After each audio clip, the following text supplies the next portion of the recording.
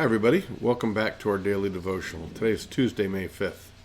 We're continuing our series on Jesus over all, what it means that he is above all, in charge of all, and rules over everything, especially in these days when we find ourselves in confusion and not knowing what's going to happen next.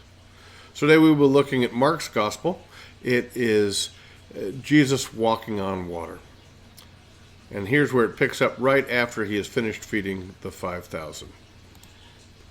Immediately he made his disciples get into the boat and go before him to the other side, to Bethsaida, while he dismissed the crowd. And after he had taken leave of them, he went up on the mountain to pray. And when evening came, the boat was out on the sea, and he was alone on the land. And he saw they were making headway painfully, for the wind was against them. And about the fourth watch of the night, he came to them walking on the sea. He meant to pass by them, but when they saw him walking on the sea, they thought it was a ghost and cried out, for they all saw him and were terrified. But immediately he spoke to them and said, "Take heart, it is I, do not be afraid." And he got into the boat with them, and the wind ceased. And they were utterly astonished, for they did not understand about the loaves, but their hearts were hardened. As we go about life, as we find ourselves rowing against a headwind of culture that doesn't believe in Jesus, a headwind of society, a headwind of this pandemic that we find ourselves in, we feel like we're making no headway. We feel scared at times.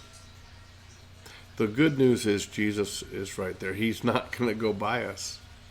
When we see him and we call out to him, he responds. Not only does he respond, but he comes to us. He gets in the boat beside us. Jesus is on this journey with us, and that's the hope that we have. So see what happens when Jesus arrives with the disciples. And he got into the boat with them, and the wind ceased, and they were utterly astonished. Jesus is in the boat with you during this time. May the storms in your life cease. May you be astonished at the power that Jesus has over everything.